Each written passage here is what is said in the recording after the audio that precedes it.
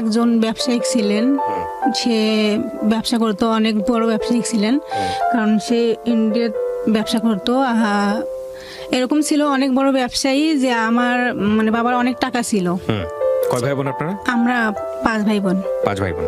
আমি যাকে বসিয়ে রেখেছি আপনার সামনে, আপনি যে গল্পটা বলতে যাচ্ছেন সেটা কি সমস্ত কিছু সে জানে, নাকি আজকে অনেক কিছু নতুন কিছু জানবে? জানে, আরো জানবে। ওকে, আপনার কোনো সমস্যা নেই তো সে বসে থাকলে?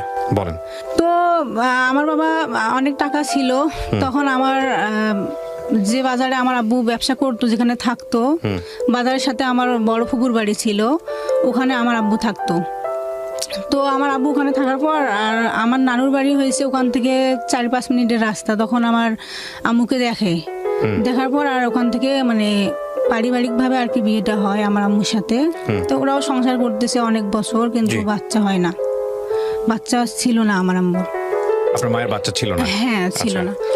তখন আর কি এক পর্যায়ে আমার দাদু দাদি সবাই বলছিল যে ওই মেয়ের বাচ্চা হবে না, তুই ডিভোর্স দে। তখন আর কি আমার আম্মুকে ডিভোর্স দেয়। আমার আব্বু দিবে না, এক পর্যায়ে জোর করে আর কি ডিভোর্সটা হয়। হওয়ার পর অনেক মেয়ে দেখতেছে আমার আব্বুর জন্য, কিন্তু আমার আব্বু কোনো মেয়েকে পছন্দ করে না, বিয়েও করবে না, এরকম। তো আমার আম্মুরও অন্য জায়গায় বিয়ে হওয়ার কথা ছিল, সবকিছু ঠিকঠাক না হয়েছে। এই অবস্থায় আর কি আমার আব্বু শোনার পর আর কি ওখান থেকে আমার আব্বুকে নিয়ে আসে, আম্মুকে আব্বু আমার ওই ফুকুর বাড়িতে নিয়ে আসে। আসার পর আবার ওদের বিয়েটা হয়। হওয়ার পরে আরো অনেকদিন যায়, বাচ্চা তবুও হয় না, কিন্তু অনেক চিকিৎসা করার পর আর কি আমি হই। মানে আপনি প্রথম সন্তান? হ্যাঁ, আমি প্রথম। তো অনেক আদরে ছিলাম, কারণ আমি তো প্রথম সন্তান, আর ফ্যামিলির সবাই অনেক আদর করতো। তো আমার পরে আরেকটা আমার ভাইটার বয়স ছিল 3 বছর। তা একদিন আমার আব্বু গরুকে গোসল দিতে নিয়ে যায় আর কি বাড়ির পাশে। তা ওখানে পানি ছিল 1 হাঁটুর মতো পানি।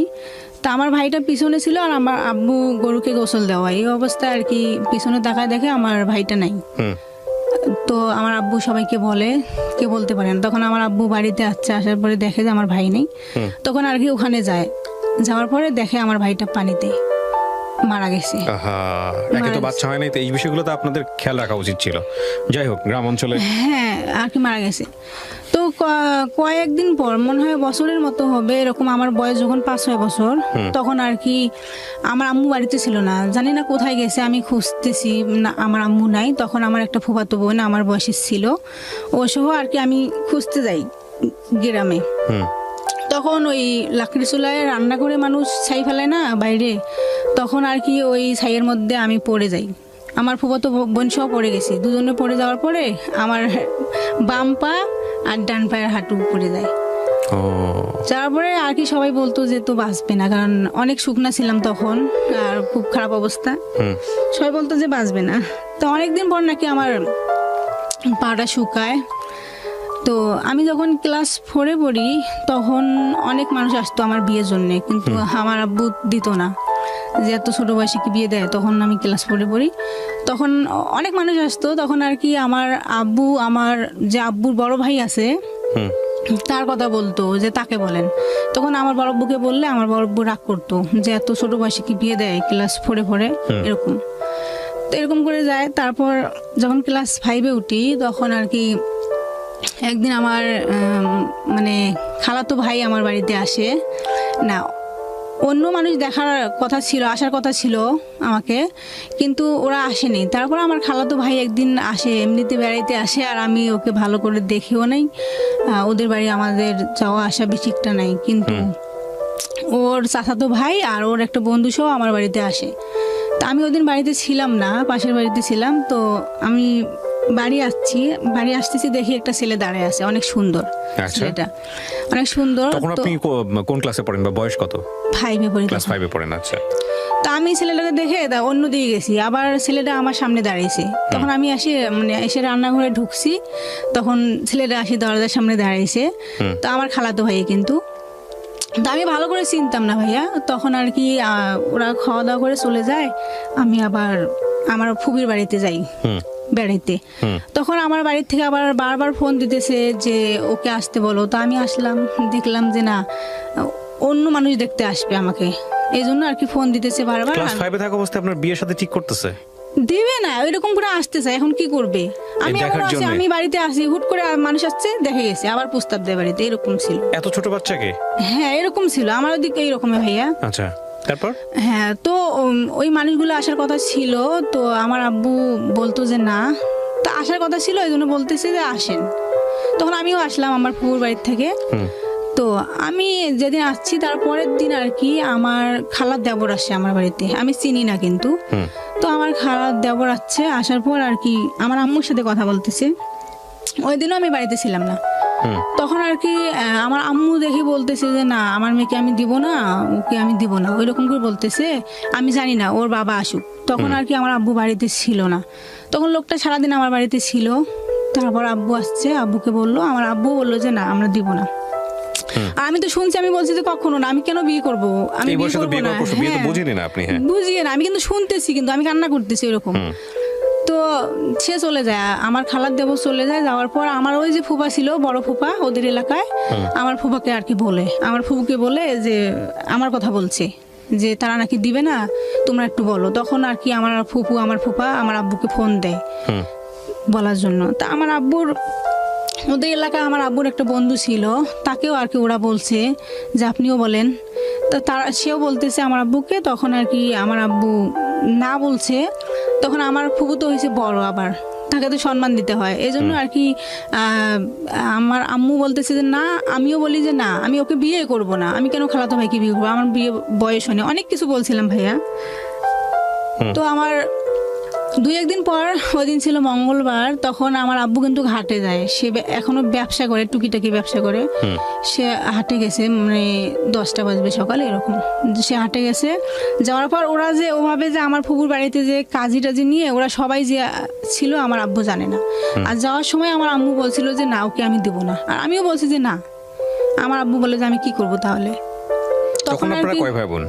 তখন আমরা 5 ভাই বোন, আমার পরে আরো 2টা বোন, একটা ভাই হয়েছে। আচ্ছা, এবং আপনি তখন ক্লাস 5-এ পড়ছেন। হ্যাঁ। তো সবই তো ছোট ছোট ছোট ছোট। হ্যাঁ, আমি তো বড়। হ্যাঁ, সবাই। রাইট। তো আমার আব্বু যায়, যাওয়ার পর আর কি সবাই নাকি ছিল ওদের বাড়িতে, আমার ফুফুর বাড়িতে। থাকার পর নাকি ওরা কাজী টাজি নিয়ে আসছে, ওখানে নাকি রেজিস্ট্রি হয়েছে। আমরা তো কিছুই জানি না, আমার ফ্যামিলির কেউ জানে না, শুধু আমার আব্বু আর আমার ফুফি ওখানে ছিল, কেউ জানে না।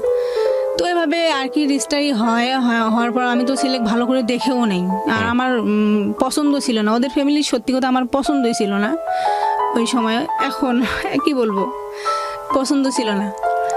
ছেলে তো তখন, ছেলে কিন্তু ঢাকায় থাকে, ও ঢাকায় আসছিল।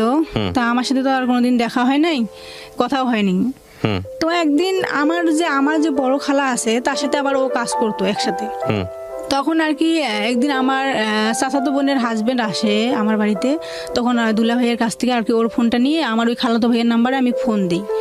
দেওয়ার পর আর কি আমার ভাইয়াটা আমার আম্মুর সাথে কথা বলতেছে, আর বলতেছে যে তুমি আর জায়গা পাও নাই, এখন দিছো, বয়স হয়নি, অনেক কিছু বলতেছে যে। তা আমার আম্মু বলে যে আমি কি করব, আমি কিছু বলতে পারবো না। তখন আর কি আমার সাথে আবার কথা বললো আমার ভাইয়াটা, বলতেছে যে তুই কি হারুনের সাথে কথা বলবি, এভাবে বলতেছে। তা আমি বলছি যে না। তখন আমি মোবাইলে কথা বলতেও পারি না, এরকম ছিলাম। তখন আর কি ওই হারুন আমার ওই দুলা ভাইয়ের কাছ থেকে, আমার দুলা ভাই তো চলে যাবে তার বাড়িতে, এখন তো কথা বলবে কিভাবে আমার সাথে। তখন আর কি আমার চাচির নাম্বার নেয়, সেটা আমরা জানি না কিন্তু। তো আমার চাচির নাম্বার নিচে নেওয়ার পর ফোন দেয়, আমি তো ফোনে কথা বলতেও পারি না, তা কি বলবো। এইভাবে 2-1 দিন বলতে বলতে আমি যাকে দেখতে পারতাম না, কিন্তু এত ভালো লাগছে যে এখন ওর সাথে চুরি করে করে আমি কথা বলি। কিন্তু আমার আম্মু কথা বলতে দিত না, যে এখনো তো বিয়ে পড়ানো হয়নি, হ্যাঁ এরকম। তা আমি চুরি করে করে কথা বলতাম, কারণ ওকে অনেক ভালো লাগতো, কারণ ওর কথাগুলো ভালো লাগতো এরকম। তো হঠাৎ একদিন আবার ওদের বাড়িতে, মানে কুরবানি ঈদ আসে, ওদের বাড়িতে আবার দাওয়াত দেয় আমার বাড়ির থেকে। আমার আব্বু বাড়িতে ছিল না, আমার ওই ফুফায় দাওয়াত দেয়। যেদিন ওদের বাড়ি থেকে সবাই আসে আমার বাড়িতে, ওই দিন আর কি আমার আব্বু বাড়িতে আসে। তখন মানে একটু সমস্যার কারণে আর কি আমার আব্বু বলতেছে যে না, আমার মেয়েকে আমি দিব না। তখন আমি তো কথা বলতে বলতে এমন হয়েছি, এখন ওকে ছাড়া আমি বাঁচি না, কথা বলতেছি, প্রতিদিন কথা বলতেছি চুরি করে করে এরকম। তো ওভাবে আর কি আমি আবার তখন আম্মুকে বলি যে আগে তো আমি বলছিলাম দেওয়ার দরকার নেই, দিছেন, এখন তো আমি ওকে বিয়ে করবো, আমার ভাল লাগে না ওকে ছাড়া, অনেক কিছু আমি বলতেছি। তা আমার কথাই শুনলো। তা কয়েকদিন পর আর কি অনুষ্ঠান হয়, অনুষ্ঠান হওয়ার পর আর কি ওদের বাড়িতে যাই। আমি তো কিছু বুঝতাম না তখন, আমি কি বলবো, অত কিছু তো বুঝতাম না। কত সালে বিয়ে হয় আপনার? আমার বিয়ে হয়েছে, রেজিস্ট্রি হয়েছে 12 সালের মনে হয় শেষের দিকে। তখন আপনার বয়স কত, মানে কিসে পড়ছিলেন আপনি ওই সময়টা? 5-এ পড়ি তখন। ইয়া খোদা, যাই হোক বলেন তারপর। 13 সালের হয়তো বা শুরুতে জানুয়ারিতে এরকমই হবে যে আমার অনুষ্ঠানটা হয়। তা আর কি ওদের বাড়িতে যে আমি তো কিছু বুঝতাম না ভাইয়া, অনেক কিছু বুঝতাম না, আমি কিছুই বুঝতাম না। তো এমন কি যে শ্বশুর বাড়িতে তো কাজ করতে পারতাম না, রান্না বাড়িয়ে অনেক কিছু কাজ আছে আমি করতে পারতাম না। এই নিয়ে আবার আমার যে আব্বু আমাকে অনেক ভালোবাসতো, সে আব্বু এমন হয়েছে যে তাদের কথাই শুনতো, আম্মুও তাদের কথাই শুনতো যে কেন কাজ করবে না, মেয়ে বিয়ে দিছি কেন কাজ করবে না, এরকম বলতো। তো আমি কাজ করতে আসলে পারতাম না, কারণ অনেক মানুষের রান্না টান্না আমি করতে পারতাম না। তো ওইভাবে ও চলে যায়, বিয়ের পরে ও চলে যায়। তখন আমি আমার বাড়িতে আসি আর যাইতে চাই না। তখন আমার আম্মু ওদের জন্য অনেক মার মারছিল, অনেক মার খাইছি আমি, কেন আমি যাই না। কারণ তখন তো ওদের কথাই শুনতো, আমার কথা কেউ শুনতো না, বলে যে ওরা ভালো, তুই কাজ করিস নাকি, অনেক কিছু বলতো। তো ওভাবে আর কি 7 মাস হয়, বিয়ের 7 মাস হয়। তখন আমার হাজবেন্ড বলে যে ওদের বাড়িতে বলে যে আমি ওকে নিয়ে আসবো ঢাকায়। ও গাজীপুরে থাকতো। আচ্ছা, গাজীপুরে কি করতো? সোয়েটারের কাজ করতো। সোয়েটারের কাজ করতো, ওকে। তারপর তখন আমার বাড়িতে ও বলে যে আমি ওকে নিয়ে যাব, কারণ এত কথা ভাল লাগে না, নিয়ে যাব। তো আমার বাড়ি থেকে ঢাকা আসতে দিবে না, যে একটা মেয়ে যদি ঢাকায় যায় নাকি সম্মান থাকে না ওদের, ওদের বাড়ির থেকেও এই কথা বলে। তখন আমার হাজবেন্ড এখন কি করবে, ও নিয়ে আসবে এরকম। তো ওর কাছে তো টাকাও ছিল না। আমার মা 2টা দুল দিছিল, ওই দুল মানে বিক্রি করছি 4,000 টাকা বিক্রি করে আর কি ওকে দেই। তখন ও আমাকে নিয়ে আসে ঢাকায়। হ্যাঁ, নিয়ে আসে। তখন এখন তো রুম নিয়ে ওখানে থাকতেছি, আবার একা একা আমি কি করব, জীবনে আসিনি, কি করব আমি, ছোট মানুষ। তখন আর কি আমি ওকে বলি যে তুমি আমাকে যে কোনো একটা জব নিয়ে দাও, আমি জব করব। ও বলে যে তোমাকে কে জব দিবে, তোমার তো এখনো বয়সে হয়নি আর তুমি কাজ করতে পারবাও না, ওইভাবে বলে। তখন আর কি আমি জোর করে এক পর্যায়ে আমি একটা জব নিয়ে দেয়, আমি যাই। 10-12 দিন কাজ করার পরে আমি অফিসে না, সোয়েটারের লিঙ্কিন না জানি কি বলো, ওইরকম একটা কাজ ছিল। 10-12 দিন করার পর আমি আর পারি না। তখন ও বলে যে তুমি পারবা না, তুমি বাসায় থাকো। তখন তো বিয়ের প্রায় 9 মাস হয়ে গেছে। তখন আমি বলি যে আমি তো শুনছি, বুঝি না, কিন্তু শুনছি যে বিয়ে হলে নাকি মেয়েদের বাচ্চা হয়, এরকম বুঝতাম, কিন্তু আমার তো বাচ্চা হইতেছে না। তখন আর কি আমার হাজবেন্ড এক ডাক্তারের কাছে নিয়ে যায়। ওখানে যাওয়ার পর আর কি উনি আমার মুখে শুনে ওষুধ দেয়। 3 মাস ওষুধ খাইছি। বিয়ের কয় মাস পরের ঘটনা এটা, বা কয় বছর? 9 মাস। 9 মাস পরেই আপনি ছোট একটা বাচ্চা, আপনি 10-11 বছর থাকতাম, ভালো লাগতো না। আমি মনে করছি যে আমার তো বিয়ে হয়েছে এখন, এইটা বুঝতাম। তো আমার হাজবেন্ড ওখানে বলে ওষুধ দেয়, আনি দেয়, আমি খাইতেছি, কিছু হয় না। তখন ওখান থেকে আরেক ডাক্তারের কাছে আর কি নিয়ে যায়। উনিও আমার মুখে শুনতেছে আর ওষুধ দিতেছে, বলে যে তোমারই তো সমস্যা এরকম। তো আমি খাইতেছি, ওভাবে 6 মাস গেছে। যাওয়ার পর আর কি এখন আমার একটা কথা ভুলে গেছি যে আমরা যখন বাড়ির থেকে আসি, আমার শাশুড়ি কিন্তু বলছিল তুমি এই বাড়িতে উঠতে পারবা না, উঠলে তোমার পা ভেঙে দেবো, এরকম বলছিল। ওই যে আমাকে নিয়ে আসছে ঢাকায়, একটা মেয়ে মানুষ কেন ঢাকায় যাবে? এখন যে আমরা বাড়িতে যাবো, কেন ঢাকায় যাবে, মানে এত এই পরিমাণ কুসংস্কার আপনাদের এলাকায়। তখন এখন আমি কিভাবে ফের বাড়িতে যাব? এখন যদি বাড়িতে যাই, ওকে উঠতে দিবে না, আমাকেও। তখন আর কি আমরা 6 মাস চিকিৎসা করার পর আর কি বাড়িতে যাই। যাওয়ার পর আমাকে বাড়িতে রাখে না, ওর চাচার বাড়িতে রাখে। রাখার পর তারপরের দিন আর কি আমার শ্বশুরের হাত পা ধরতে হয় দুজনে, তারপরে আমার আর কি বাড়িতে থাকি এরকম। এখন সবাই বলতেছে যে বিয়ের তো 1 বছর হয়ে গেছে, আর ওদের ফ্যামিলিতে আবার বাচ্চা পছন্দ করে, এখনো করে, যে 1 বছর তো হয়ে গেছে, তা হইতেছে না কেন? এখন কবিরাজের কোনো অভাব নেই, অনেক জায়গায় গেছি কিন্তু হইতেছে না, সবাই বলে হবে হবে, হয় না। তখন আমার হাজবেন্ড বলে যে আমি আরেক ডাক্তারের কাছে নিয়ে যাই, ওটা ছিল গাইনি ডাক্তার। ওখানে যাই, যাওয়ার পর উনিও আবার মুখে শুনে বলে যে এখনো তোমার বয়স হয় নাই, হবে সময় আসলে হবে, এভাবে বলে।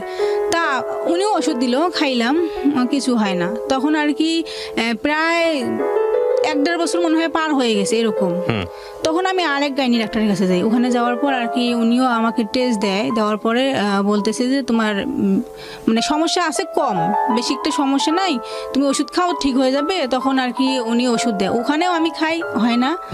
তখন আর কি আবার হারবালের চিকিৎসা নেই, আবার কুমিরাজি, কিচ্ছু হয় না। প্রিয় শ্রোতা, আমরা এই জায়গাটায় ছোট্ট একটা বিরতি নেব এবং বিরতির পর আমি যেখানে হারবালের চিকিৎসাটা নেই, ওই ডক্টর 5-6 মাস চিকিৎসা করার পর হইতেছে না, তখন বলে যে আমি ভালো একটা ডাক্তার আছে আমার কাছে, ওখানে নিয়ে যাব। তখন ওখানে ও নিয়ে যায় ওই ডাক্তার, আমরা যাই, যাওয়ার পর আমার আবার টেস্ট দেয়। টেস্ট করার পরে উনি বলতেছে যে তোমার তো টিউমার হয়েছে, ওভাবে বলতেছে। আপনাকে বলেছে? হ্যাঁ, ওই ডাক্তার বলতেছে। আচ্ছা, তারপর? তা 1 মাসের ওষুধ নেন, 1 মাসের ওষুধ খান, তাহলে ঠিক হয়ে যাবে। তা আমি খাইলাম 1 মাসের, খাওয়ার পর আবার তো টেস্ট করতে হবে, দেখি কি অবস্থায় আছে, কোন অবস্থায়। আবার টেস্ট করলাম, তো বলতেছে যে আপনার তো ভালোই হয়নি, আবার ওষুধ খান।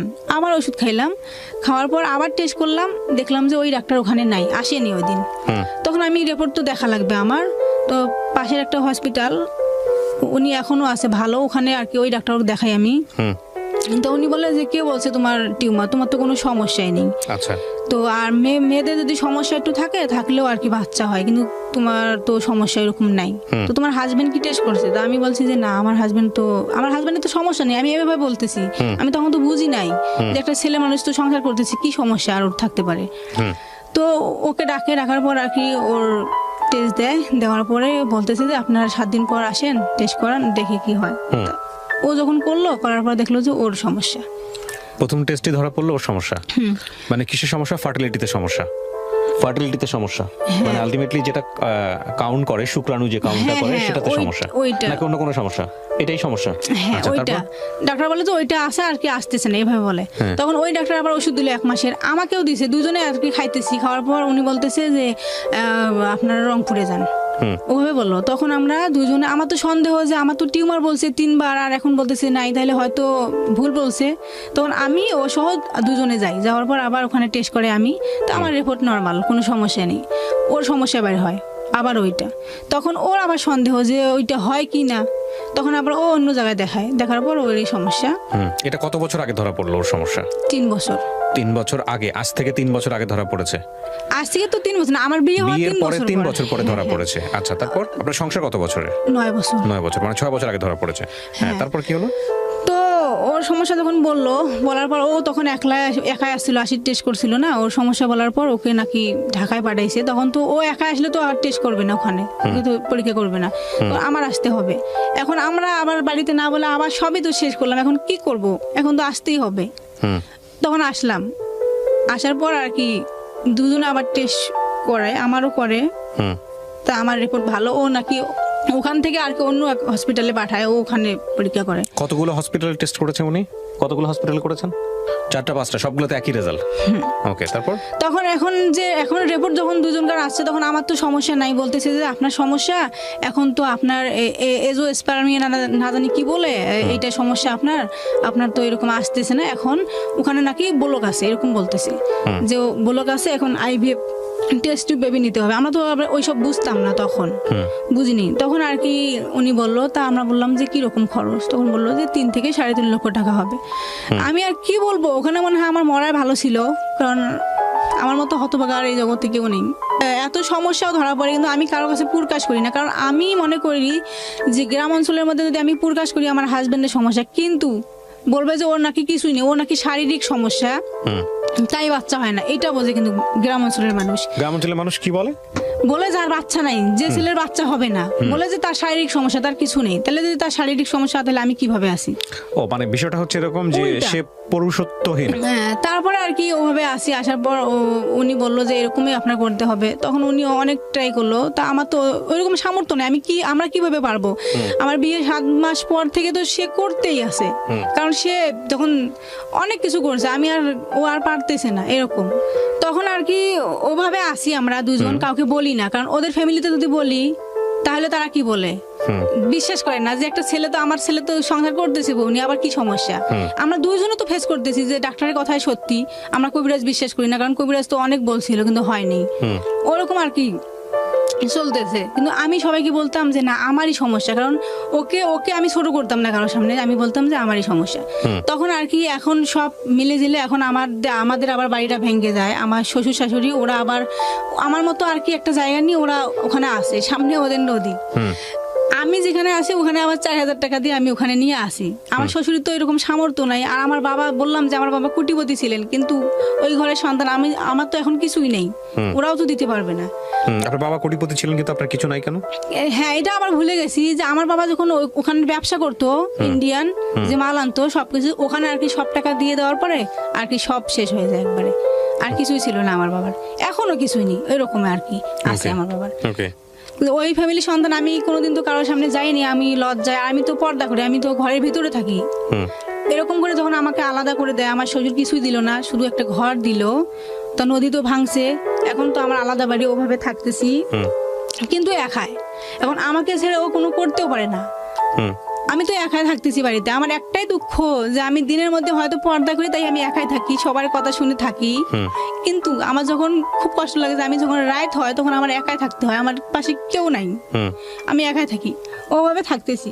কিন্তু আমি যে থাকতেছি ওই শ্বশুরে ভাঙা ঘরটা দিছে, ওই ঘরে থাকতেছি, কিন্তু বৃষ্টি আসলে তো পানি পড়তো, দিনে হইলে আমি কোনোটাই যাইতে পারতাম না, আজ যে রাতে হয় পাশের বাড়িতে থাকতাম, এরকম করতাম। হুম ও তখন ঢাকাতে?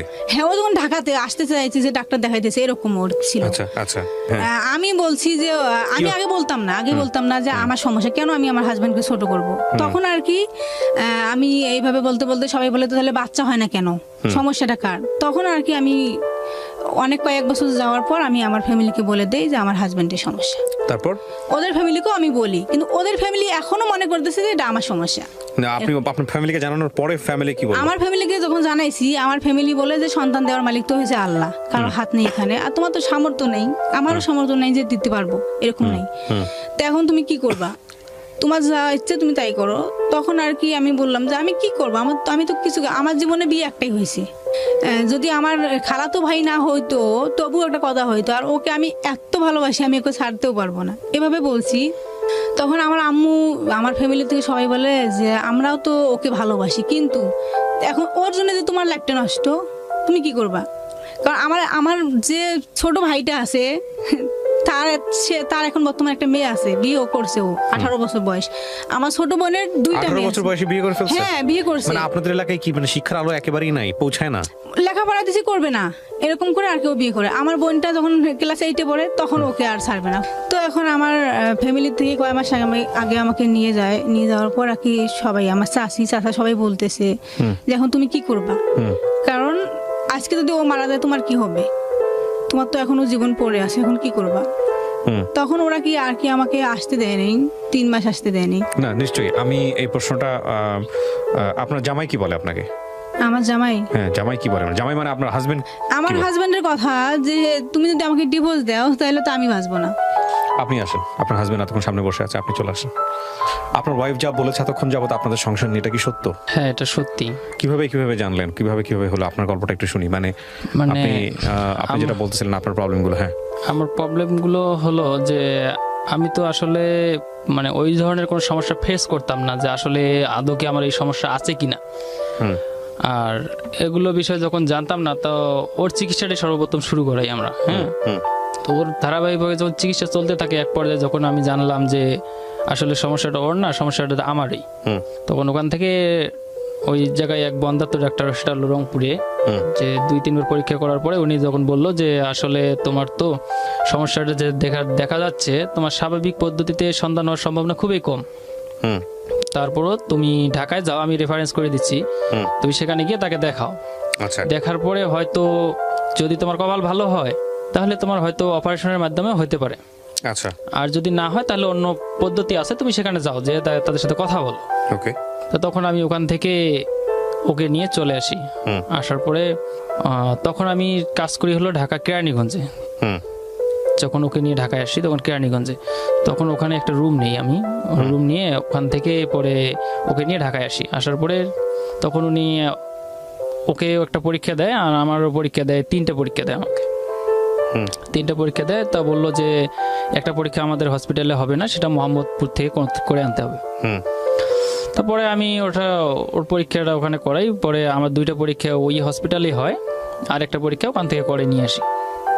পরে আসার পরে এখন যে রিপোর্ট দেখার পরে উনি বলতেছে যে আপনার যে হরমোন টেস্টটা করা হয়েছে, এটাতে দেখা যাচ্ছে আপনার শুক্রাণু যেটা মানে স্পার্ম, সেটা তৈরি হচ্ছে, কিন্তু যে কোনো কারণে বাধাগ্রস্ত, মানে ভাঁজ ডিফারেন্স যেটাকে বলে আর কি, ডাক্তারি ভাষায় নাকি থাকে, সেখানে কোথাও বাধাগ্রস্ত আছে। আচ্ছা, সে কারণে তোমার স্পার্মটা পাস হতে পারছে না, মানে শরীরে প্রোডিউস হচ্ছে কিন্তু ইরেকশন হচ্ছে না। হ্যাঁ, ইরেকশন হতে পারতেছে না। আচ্ছা, এটা তোমার প্রবলেম।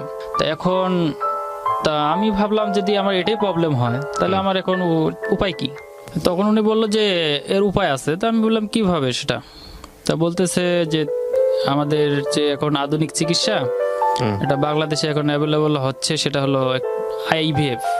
তো আমি বললাম যে আইভিএফটা কি, এটা তো বুঝতাম না। তো উনি বললো আইভিএফটা হলো যে আমরা যখন কোনো পুরুষের এই ধরনের সমস্যা পাই, স্বাভাবিক পদ্ধতিতে হয় না, তখন আমরা ওই পুরুষটার থেকে সিমেন্স কালেক্ট করি আর কি, স্পার্ম। আর ওই মেয়েটার থেকে আমাদের আর কি যেটা বলে ওভামা ডিম্বাণু, এটা দুটো সংগ্রহ করে আমাদের মানে ফার্টিলিটি করে, বাইরে ফার্টিলিটি করে তারপরে এটা আর কি ওম্বে প্রবেশ করায়, ইউটেরাসে প্রবেশ করায়, প্রবেশ করানো হয়। তো এটাতে শুধু ওই পুরুষটার স্পার্ম গ্রহণ করা হয়। যদি সেটা পুরুষের না থাকে সেক্ষেত্রে আমরা সেটা করি না। তা ভাবলাম যে তাহলে এটার পিছনে ব্যয় কত হবে। তো ওনারা বলতেছে যে এটার পিছনে তো ব্যয়বহুল, কারণ এটা চিকিৎসায় অনেক ব্যয়বহুল। যদি তোমাদের ইচ্ছা থাকে তাহলে তোমরা করতে পারো। তা বললাম কত হতে পারে, যে 3 থেকে 3.5 লক্ষ টাকা খরচ পড়বে, তবে পার্সেন্টেজ 1/3। রাইট, সেই জায়গাটায় আমি যেতে যাচ্ছিলাম যে পার্সেন্টেজ 1/3 মানে 3 ভাগের 1 ভাগ। সফল হতেও পারে, নাও হতে পারে, এবং না হওয়ার সম্ভাবনাটাই বেশি। তা বললাম যদি প্রথমবারে না হয় তাহলে যে আবার দ্বিতীয়বার করতে হবে, একই প্রাইস। তা বলতেছে যে দ্বিতীয়বার করে, তা বলতেছে যে তাদের মধ্যে যারা ইয়ং পার্সন তাদের পার্সেন্টেজ 50+ হতে পারে। যদি এদের বয়স 30-এর নিচে হয় তাহলে এদের পার্সেন্টেজ 50+ হতে পারে। যখন গড় হিসাব পড়ে যায় তখন নাকি 1/3 পড়ে যায়। তা বললাম যে তাহলে যে আপনি বললেন যে মানে, আর ওনাকে প্রশ্ন করলাম যে আপনি তো বললেন যে আপনার স্পাম তৈরি হচ্ছে, হয়তো কোথাও বাধাগ্রস্তর কারণে আসতে পারতেছে না, তাহলে তো অপারেশনের মাধ্যমে করা সম্ভব। তা বলতেছে অপারেশন করে অনেক সময় হয় আবার নাও হয়, এই জন্য আমরা ওইদিকে যাইতে চাচ্ছি না। তা আমি ভাবলাম যে তাহলে ঠিক আছে, আমরা পরামর্শ করি, যেহেতু আপনি বলছেন আমরা পরামর্শ করি। তারপরে আসার পরে উনি আবার বলল যে যদি এত টাকা খরচা যদি না করতে চান, অন্য পদ্ধতিতে করতে চান, সে ব্যবস্থা আছে। যাই হোক, সে পদ্ধতিটার কথা আমি নাই বলতেছি আর কি। সেটা বলবো কি, বলা যাবে? শিওর, বলেন। যে ডোনারিজম। আচ্ছা, তা ডোনারিজম, তা আমি বললাম যে এটা কিভাবে, যে ওটা অন্য পুরুষের থেকে কানেক্ট করে আপনার অন্য পুরুষের স্পার্ম নিয়ে আলটিমেটলি সেটাকে ফার্টিলাইজ করে, ওটা ফার্টিলিটি করবে। সেটা হলো আইইউআই পদ্ধতিতে।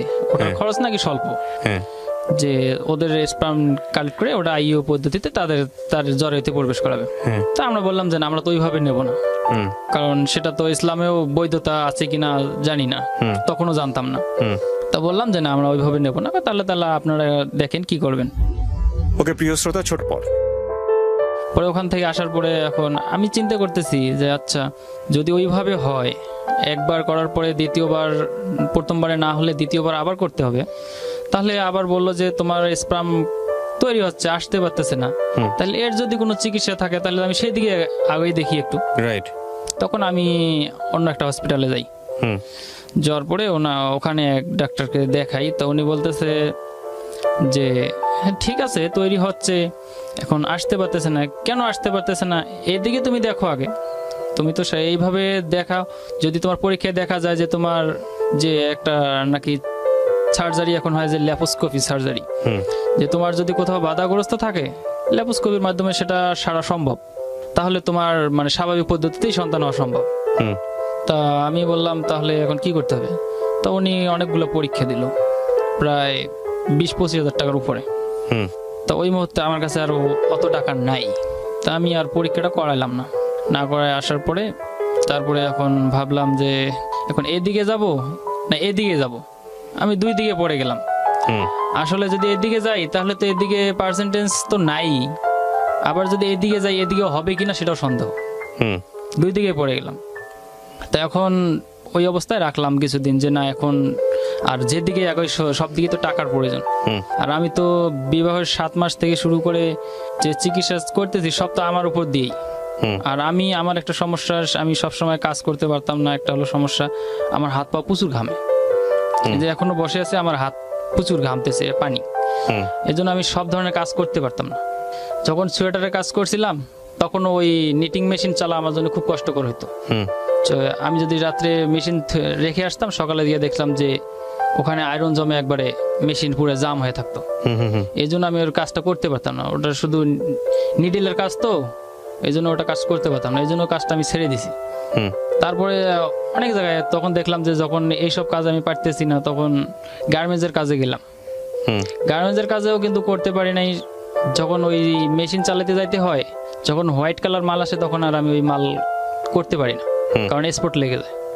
তখন ওখানেও চাকরিটা ছেড়ে দিই, দিয়ে ভাবলাম তাহলে এখন আমি কি করব, কোন চাকরি করলে আমার জন্য ভালো হবে। তখন ওখান থেকে আমি চলে যাই, মানে যে আমাদের যে সিমেন্ট কোম্পানি আছে না, শাহ সিমেন্ট, ওখানের এক সর্দারের কাছে গিয়ে মানে ওখান থেকে আর কি লোড আনলোডের চাকরিটা নেই। মানে ওখান থেকে মনে করেন পুরো ঢাকা শহরে রাত্রে গাড়িতে আসি, আর দোকানে দোকানে মাল দেওয়া, এইভাবে সেল করি। তো ওখান থেকে ওইভাবে করি আর চিকিৎসা করাই, যে আমার তো টাকা জমাইতে হবে। এদিকে ও যে এতদিন যাবত মানে ওর চিকিৎসা করাইছি, সমস্যা নানান সমস্যা দেখা দিছে, চিকিৎসা করাইছি।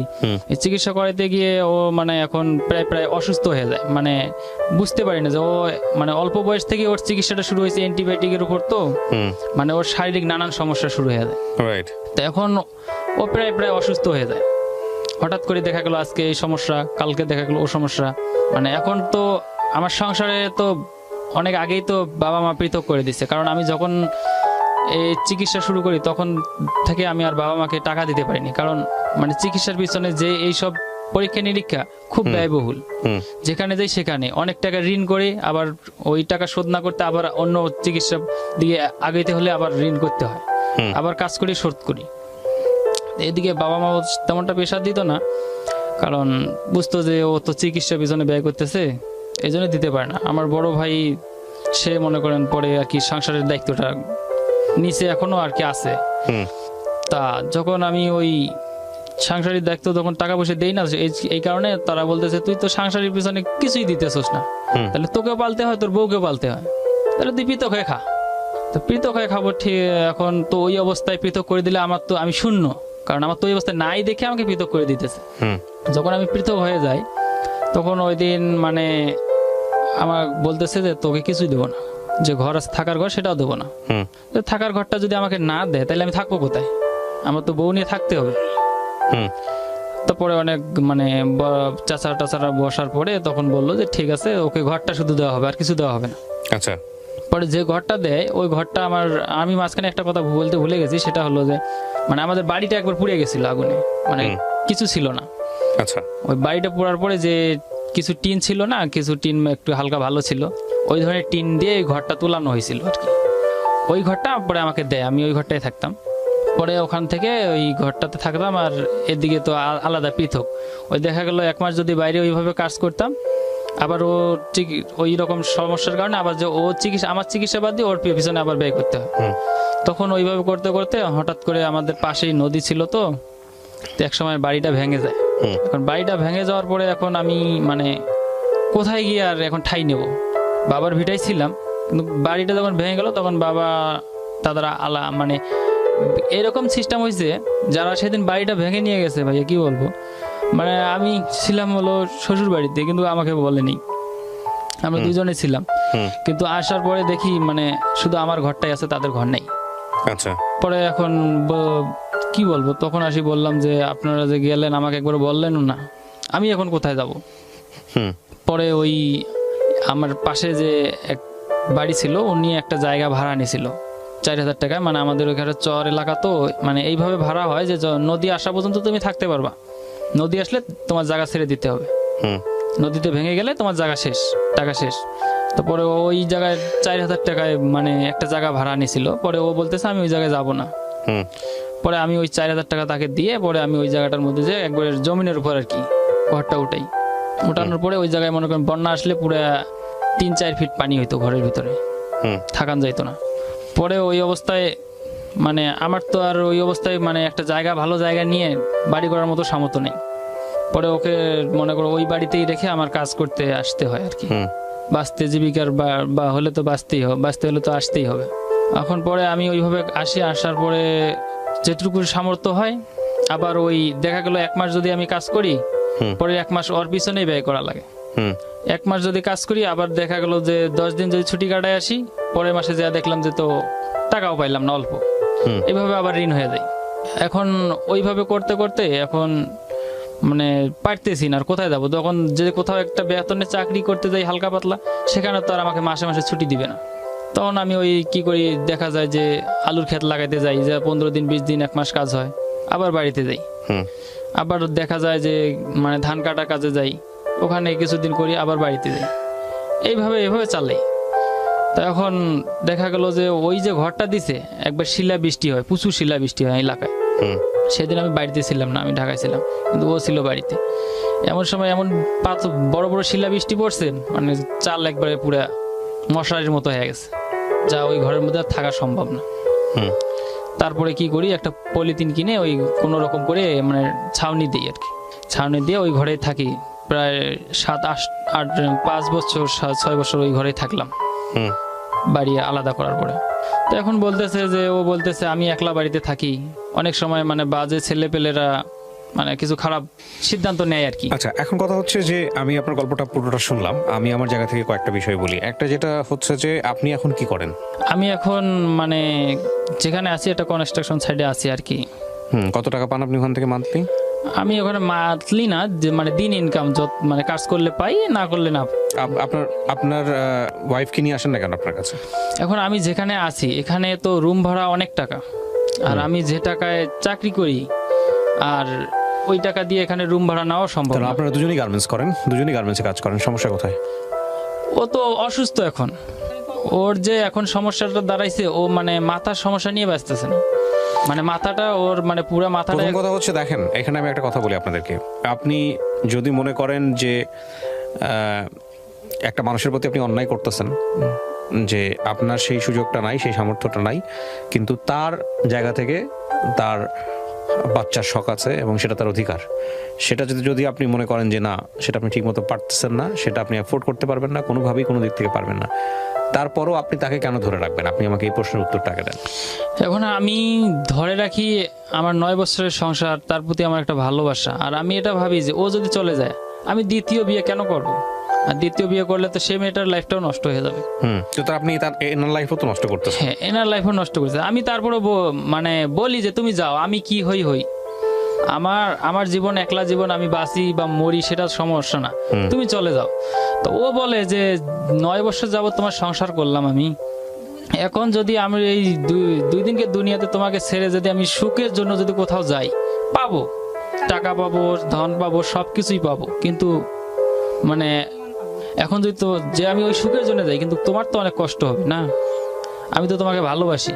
আর যদি মরতে হয় একসঙ্গে মরি, দুনিয়ার থেকেই চলে যাই। মাঝে মধ্যে সিদ্ধান্ত নিই যে আমরা সুইসাইড করে ফেলি। আবার বলি যে সুইসাইড মহাপাপ। ও যখন সুইসাইড করতে যায় আমি ওকে বুঝাই যে দেখো, তুমি সুইসাইড করতে চাও, তুমি যদি মরে যাও তাহলে আমার কি হবে? মানে বিষয়টাকে আপনারা দাঁড়ান, বিষয়টাকে না আপনারা এই বিষয়টাকে এমন ভাবে জটিল করে ফেলছেন। মানে আমার কথা হচ্ছে কি, মানে ঠিক আছে, আপনি একটা প্রবলেমের মধ্যে আছেন, সেই প্রবলেমটাকে আপনি সলভ করার জন্য চেষ্টা করবেন, তাই না? এটাই তো চেষ্টা যখন একেবারে সলভ হবে না, আইদার আপনাকে এই প্রবলেমটা নিয়ে চিন্তা করা বাদ দিতে হবে, অথবা আপনাকে নতুন কোনো কিছু করতে হবে, নতুন কোনো স্টেপ নিয়ে চিন্তা করতে হবে। তো আপনার এই প্রবলেমটা তো এমন প্রবলেম না যেটা সুইসাইড করার প্রবলেম। সুইসাইড করতে মানে ও যখন আপনি বলেন এটা সুইসাইড করার প্রবলেম, মানে জীবনটা কি শুধু বাচ্চা জন্ম দেওয়ার জন্য? না, সেজন্য সুইসাইড করে না। তাহলে যখন আমি মনে করেন এখন এলাকায় থাকি, যেমন আমি এই যে গত কয়েকদিন আগে আমি বাড়িতে গেছি, পেছন থেকে 2টা মহিলা আসতেছে, আমি আমার বাবার বাসার থেকে আমার বাসা আসতেছি। তা এক মহিলা আরেক মহিলাকে বলতেছে, এই বন্দাটা কয়দিন পর পর বাড়িতে আসে কেন? মানে আমাদের গ্রামের ভাষায় বলতেছে, এই বাঞ্জিটা কয়দিন পর পর বাড়িতে আসে কেন? আমি তো বাড়িতে যাই, ও অসুস্থ থাকার কারণে আমি যাই। আপনি লোকে মুখে কি বললো না বললো তাতে কিছু যায় আসে না। আবার অনেক সময় দেখা যায় আমি বাসায় গেছি, আমি যদি একটা গাছ লাগাই, আসি বলে যে তোরা বাঞ্জি দেখি তোদের গাছের ফল ধরে না, ঠিক আছে, একটা লেবু গাছ লাগাইছি, লেবু গাছের সময় হলে তো ফল আসে। আচ্ছা, আমি একটা কথা বলি এখানে। হ্যাঁ ঠিক আছে, আপনি গল্পটা বললেন, হয়তো কিছু মানুষের মানসিকতা চেঞ্জ হবে, ডেফিনেটলি আমি সেই জায়গাটায় অবশ্যই নক করি, কিন্তু আপনাদের যে সেন্সের জায়গাটা, সেই জায়গা থেকে সরে আসা উচিত। কিন্তু আপনারা আজকে অনেক দূর থেকে কষ্ট করে নিজের পকেটের পয়সা খরচ করে এরকম লাখ লাখ মানুষ শুনে এরকম একটা অনুষ্ঠানে আসছেন, নিশ্চয়ই আপনারা এই অনুষ্ঠানটাকে ভ্যালু দেন বলে আসছেন, কষ্ট করে আসছেন। দেখেন, এখানে 2-3টা বিষয়। প্রথম কথা হচ্ছে যে প্রবলেমটা এত জটিল না যে কারণে সুইসাইডের কথা চিন্তা করতে হবে, 1। 2 নাম্বার হচ্ছে যে বাচ্চা হয় না, বাচ্চা হবে, আল্লাহ চাইলে হয়তো ভবিষ্যতে হবে, তাই না? আপনার বয়স কত আর ওনারই বয়স কত? এত ফ্রাস্ট্রেটেড হওয়ার তো কিছু নাই। আর বাচ্চা না হলেই জীবনটা শেষ হয়ে যায় না, ঠিক আছে, এটা হচ্ছে 1 নাম্বার। 2 নাম্বার হচ্ছে হলো উনি যদি অ্যাকসেপ্ট করে নেয় যে না বাচ্চা না হলেও আমি তোমার সাথে সংসার করব, তাহলে এটা নিয়ে ঘাটাঘাটি না করাটাই ভালো। ওনাকে ওনার মতো থাকতে দেন, উনি আপনার সাথে সংসার করুন। কিন্তু 3 দিন পর পরই যদি দেখেন যে উনি স্যাড, আপনার এই প্রবলেমের কারণে আপনি পারতেছেন না তাকে পয়সা দিয়ে ট্রিটমেন্ট করাতে, আপনি পারতেছেন না তাকে যেই আপনার আইভিয়ান নাকি পদ্ধতির কথা বললেন সেটার দিকে নিয়ে যেতে, তাহলে আপনি তাকে কেন ধরে রাখবেন? আমি ছেড়ে আমি দিলে তো আমি সে আমি যাবে আমি না। আমি আমি এক্স্যাক্টলি, তাহলে যদি না যায় তাহলে তাকে এটা নিয়ে কথা বলাই যাবে না। আপনি দেখেন তার মধ্যে টেন্ডেন্সিটা আছে কিনা। আমি বলি, কিন্তু মানে আমি ওকে বলি যে তুমি অন্য কোথাও যাও। না না না, আপনি আমাকে এই প্রশ্নটা উত্তর দেন। অন্য যাও কোথাও যাওয়ার প্রশ্ন পরে। আপনার ওয়াইফের নাম কি? ফাতেমা। ফাতেমা। আপনার নাম? হারুন। হারুন। ফাতেমাকে আপনি এটা বলছেন, সে আপনাকে ছেড়ে যাবে না, সেটাও বলছে, তাই না? কিন্তু ফাতেমা আপনার সামনে এই বিষয়টা নিয়ে ফ্রাস্ট্রেটেড হয়, হতাশ হয়, কষ্ট পায়? হ্যাঁ, কষ্ট পায়, কষ্ট আমাকে পায়। বলে। আচ্ছা, এখন তাহলে ফাতেমাকে আপনার এই জায়গাটায় নিয়ে আসতে হবে যে ফাতেমা, আমার সামর্থ্য নাই, আল্লাহ আমাকে দেয় নাই, এটা এখানে মানুষের কোনো হাত নাই, কোনো দিক থেকে সামর্থ্য নাই।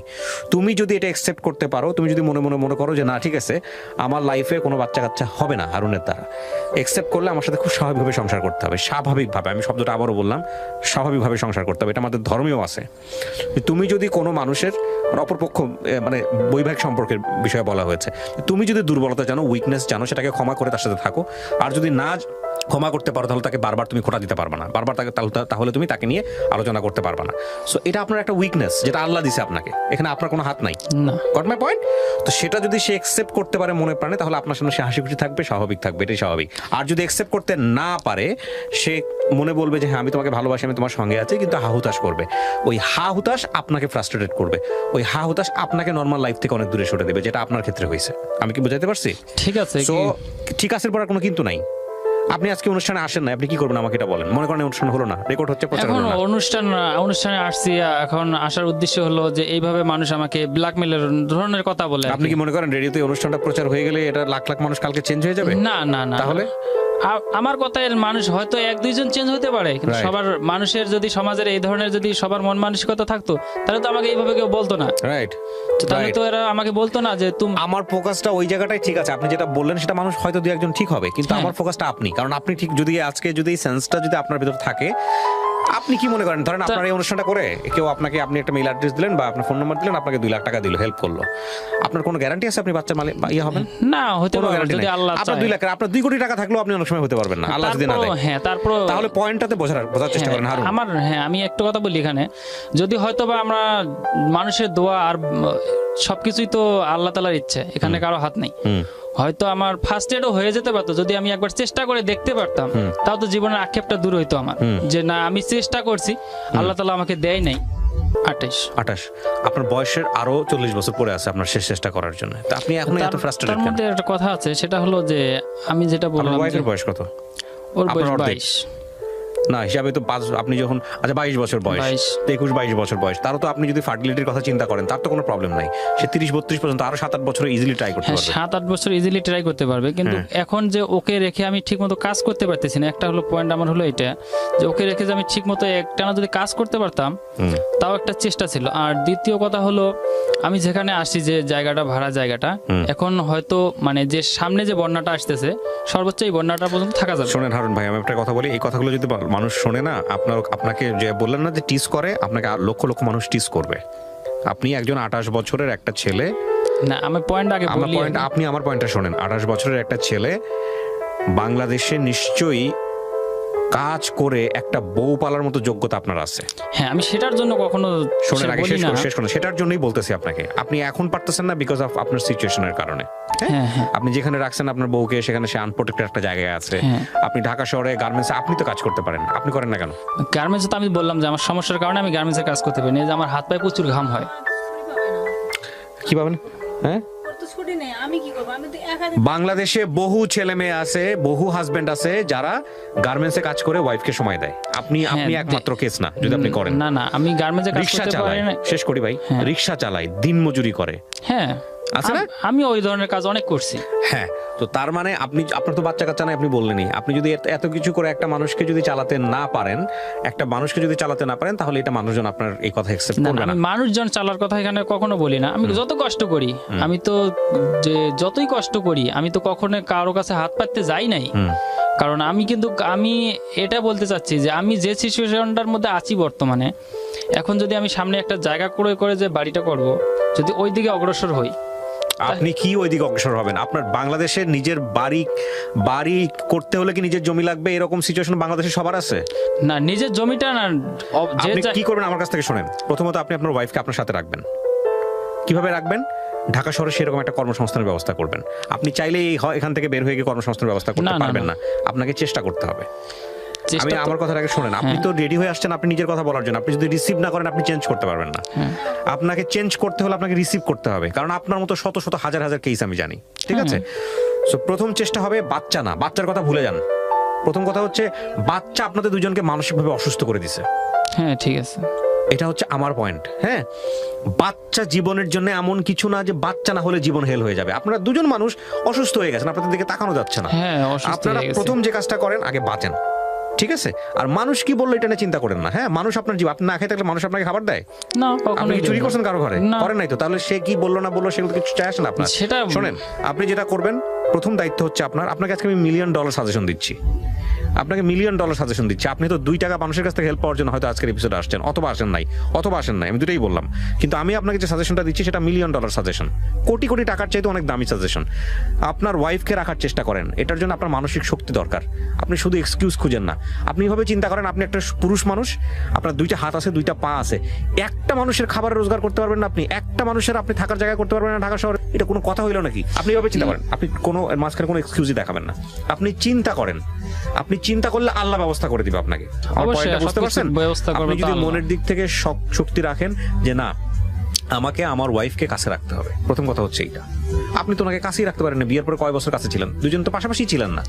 উনি আপনার জন্য দিনের পর দিন, মাসের পর মাস অপেক্ষা করে বসে থাকে। হ্যাঁ, এবং একটা এরকম একটা বাড়ির মতো থাকে, দেখতে শুনতে মাশাআল্লাহ সুন্দর। তো সে তো অবশ্যই রিস্কে থাকবে, সে তো আপনার কাছ থেকে কিছুই পায়নি, আপনাকে একতরফাভাবে ভালোবেসে যাচ্ছে। তো অবশ্যই আপনি যেখানে আপনার কাজ হবে এমন একটা কাজ খুঁজে পাওয়া, যেই কাজটা করে 2 বেলা 2 মুঠো ভাত একসাথে খাইতে পারেন, অন্তত রাতের বেলা একসাথে ঘুমোতে পারেন, এরকম একটা ব্যবস্থা করা। প্রথম কাজ হচ্ছে আপনার এইটা, আগামী 1 বছরে। তারপরে গিয়ে আপনার বয়স কেবল মাত্র 22, ওনার বয়স কেবল 22 আর আপনার বয়স কেবল 28। এরপরে আপনি টাকা জমান আস্তে আস্তে। জীবনে তার অন্য কোনো এম নাই, বাড়ি করতে হবে, গাড়ি করতে হবে, কার জন্য করবেন? বাচ্চা কাচ্চার জন্য করবেন। ধীরে ধীরে টাকা জমান, চেষ্টা করতে থাকেন। আল্লাহ নিশ্চয়ই এর মধ্যে চাইলে, সবচেয়ে বড় চিকিৎসক তো আল্লাহ। আপনি আল্লাহর কাছে সিজদায় পড়েছেন যে আল্লাহ তুমি দাও, সবসময় চাই, ফাইন, তাহলে ওইটাই আপনার ব্যবস্থা করে দিবে। সো আমি বলি ভাই, আপনি আজকে এখানে অনুষ্ঠানে আসছেন, আপনার আগামী 6 মাসের মধ্যে কাজ হচ্ছে আপনার ওয়াইফকে আপনার নিজের কাছে রাখা, সেটার জন্য আপনার কাজের ব্যবস্থা করা। এই হাত ঘামা কোনো এক্সকিউজ হইতে পারে না। হাত ঘামার বাদলে অন্য কোনো কাজ করেন, হাত ঘামা ছাড়া আপনি অন্য কাজ করেন। হাত তো আমারও ঘামে, রেগুলার ঘামে। আমি যখন কিবোর্ডে চাপ করতে যাচ্ছি, আমার কিবোর্ড কিছুক্ষণ পর মুছতে হয়, কিবোর্ড নষ্ট হয়ে যাচ্ছে, ল্যাপটপ নষ্ট হয়ে যাচ্ছে, তো আমি কি কাজ বন্ধ করে রাখছি? সারাদিন আমার ওইখানে কাজ করতে হয়। এটা কোনো এক্সকিউজ হতে পারে না। আপনার মাথায় একটা প্রথম কথা হচ্ছে কি, একটা মানুষ কখন হারে জানেন? একটা মানুষ যখন নিজের কাছে হারে, নিজের ব্রেনের মধ্যে যখন এটা ঢুকে যায় যে আমার দ্বারা হচ্ছে না, পারতেছি না।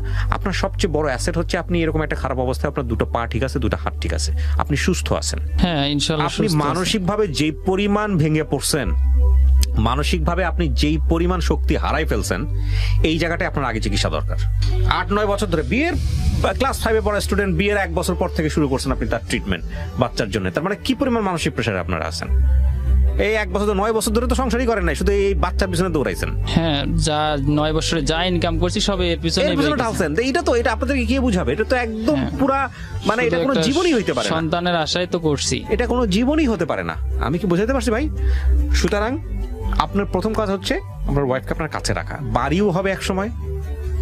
জীবনে একটা মোমেন্ট লাগে মানুষের জীবন পরিবর্তন হওয়ার জন্য। ইফ ইউ বিলিভ, আপনি যদি বিলিভার হন, আপনি যদি আল্লাহ বিশ্বাসী হন, একটা মোমেন্ট লাগে মানুষের লাইফ চেঞ্জ করার জন্য, একটা সিঙ্গেল মোমেন্ট। আপনার যত প্রবলেম আছে আপনি আল্লাহর কাছে বলেন, এগুলো কোনো প্রবলেমই না। আপনি আজকে যে বিষয়টা নিয়ে এখানে আসছেন, হ্যাঁ, আমি 2টা শিক্ষা নিতে পারি আজকে এই গল্প থেকে, যদি আমি ব্যক্তিগতভাবে এই শিক্ষাটা নেই। একটা হচ্ছে যে আমাদের সমাজে পরিবর্তন দরকার, যে একটা মানুষ বাচ্চা না হলেই মনে করে তার পুরুষত্ব নাই এবং সে সংসার করার যোগ্য না। এটা সম্পূর্ণ ভুল। তাদের এই বিষয়গুলো নিয়ে দুর্বলতা নিয়ে টিকা টিপ্পণী দেওয়া উচিত না। এটা হচ্ছে প্রথম কথা। এই জায়গাটা আমাদের মানসিকতা পরিবর্তন করতে হবে। হয়তো সে কোনো কিছু না মিন করেই কথাটা বলেছে, কিন্তু এতে আপনার কি পরিমাণ কষ্ট হতে পারে, কি পরিমাণ আঘাত লাগতে পারে, সেটা সে চিন্তা করে না। আমি সেটা বুঝি, কারণ আপনি অলরেডি মানসিকভাবে সেখানে দুর্বল। আরেকটা বিষয় যদি শেখার থাকে, সেটা হচ্ছে যে এই বিষয়টা নিয়ে আপনি ব্যক্তিগতভাবে যতটা দুর্বল হয়ে গেছেন, যে বাচ্চা কাচ্চা ছাড়া যে পৃথিবীতে মানে আর কিছু নাই, আপনাদের দুজনের বক্তব্য শুনে যেটা মনে হয়েছে, এটা সম্পূর্ণই ভুল একটা ধারণা।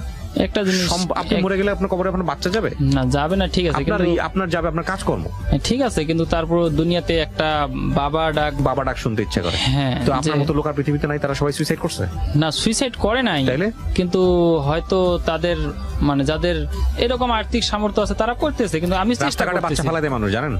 হ্যাঁ, দেয়, কিন্তু ডাস্টবিনে বাচ্চা পাওয়া যায়, এটা জানেন? হ্যাঁ, অনেক অনেক সময় তো দেখি পড়ি, দেখেন না? কিন্তু আল্লাহকে বলি যে আল্লাহ বাচ্চাটা ওই জায়গায় না দিয়ে আমাদের ঘরে দিতা। না না না, এটা কিন্তু বিষয় না, বিষয়টা চিন্তার জায়গাটা অন্যরকম। সিচুয়েশন, আপনি এই সিচুয়েশনে আনহ্যাপি, সে বাচ্চা আসাতে আনহ্যাপি।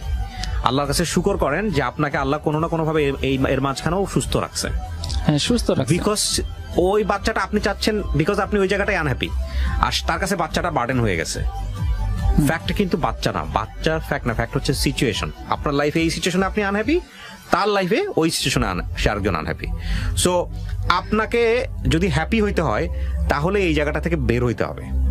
হ্যাঁ, মানুষের আপনি কেন বাচ্চা চাচ্ছেন? বিকজ আপনি এই যে বাবার ডাক শুনছেন, বাবার ডাক শুনলে আপনার কি হবে? মনের মধ্যে খুশি লাগবে, আপনি সুখী হবেন, আনন্দ লাগবে। টার্গেটটা কি খুশি হওয়া, সুখী হওয়া, তাই তো? এই। টার্গেট খুশি হওয়ার থাকলে পৃথিবীতে 1000টা ওয়ে আছে, 1 মিলিয়ন ওয়ে আছে খুশি হওয়ার জন্য, শুধুমাত্র বাবা হওয়াটাই রাস্তা না।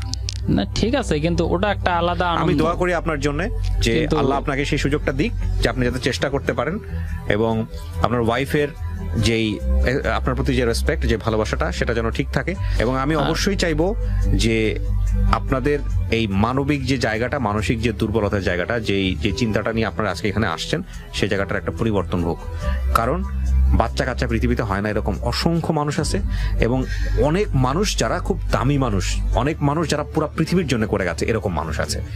বাচ্চা কাচ্চা আল্লাহ সবাইকে দেন না, এবং বাচ্চা কাচ্চা দেওয়ার পরেও তারা বাচ্চা কাচ্চা প্রপারলি মানুষ করতে পারেন, সেই ক্ষমতাও আল্লাহ সবাইকে দেন না। ঠিক আছে? ঠিক আছে। সুতরাং আপনার প্রথম দায়িত্ব হচ্ছে আপনার ওয়াইফকে খুশি করা। সেটা বাচ্চা কাচ্চা না নিয়ে এসেও করা সম্ভব। আপনি সেই জায়গাটা আগে পালন করেন, দায়িত্বটা পালন করেন, বাকি জিনিস পরে চিন্তা করেন। আর উনি যদি আপনাকে সেই জায়গাটা কনসিডার করতে না পারে, তাহলে ওনাকে মুক্তি দেওয়াটা উচিত। ধর্মীয় অনুসারে যেভাবে আপনার মুক্তি, যেভাবে রিলিজলি চিন্তা করা যায়, সেভাবে চিন্তা করা উচিত। আর উনি যদি আপনাকে ওই লাভটা দিতে পারে, তাহলে আপনাকে তাকে সাথে নিয়ে এমনভাবে ফাইট করা উচিত, সাপোর্ট করা উচিত, যাতে করে উনি ওই মিসিংটা অনুভব করতে না পারে। প্রিয় শ্রোতা, আপনারা যারা আজকের এপিসোডটা শুনলেন, ডেফিনেটলি এটা আমি আমার লাইফে দেখেছি। আমি আমার খুব ক্লোজ বড় বোনের উদাহরণ দিতে পারি। They love each other very much, সারা জীবন ধরে একসঙ্গে থেকেছে, কিন্তু তাদের কখনো বেবি ছিল না, এবং সেম প্রবলেম লাইক এই ছেলেটার মতো তাদেরও প্রবলেম। তারা স্টিল একসঙ্গে আছে, জীবনের এক পর্যায়ে গিয়ে বাচ্চা দত্তক নিয়েছে, এবং তারা সুখী বা সুখী না, তারা একসঙ্গে থেকেছে। এটা আমি জানি যে এক ধরনের বড় ধরনের একটা ফ্রাস্ট্রেশন, যে আসলে বৃদ্ধ বয়সে যে কি হবে, জীবনের কেন পরিশ্রম করতেছি। কিন্তু আমাদের লাইফটা এতটা বেশি প্যাটার্নালিস্টিক, এতটা বেশি সিস্টেমেটিক, আমরা এই সিস্টেমের বাইরে গিয়ে চিন্তা করতে চাই না। আমরা এই সিস্টেমের বাইরে গিয়ে একজন মানুষ যে হ্যাপি হতে পারে, এই সিস্টেমের বাইরে যে একজন মানুষ যে পৃথিবীর জন্য অনেক কিছু করতে পারে, নিজের জীবনের জন্য অনেক কিছু করতে পারে, পরকালের জন্য অনেক কিছু করতে পারে, এই চিন্তাটা আমরা করি না বলেই সবকিছু আমরা চারপাশে যা দেখি সিস্টেমেটিক ওয়েতে চিন্তা করি বলি আমাদের এই যে এত পাওয়ারফুল মস্তিষ্ক, এত সুন্দর একটা জীবন আল্লাহ আমাদেরকে দিয়ে পাঠান দুনিয়াতে, এই জীবনটা আমরা নিজেরাই নষ্ট করি। আমাদের পারিপার্শ্বিক জায়গাটা যতটা বেশি আমাদেরকে অনেক বেশি অসুখী করে, তার চাইতে বেশি অসুখী করি আমরা নিজেরা।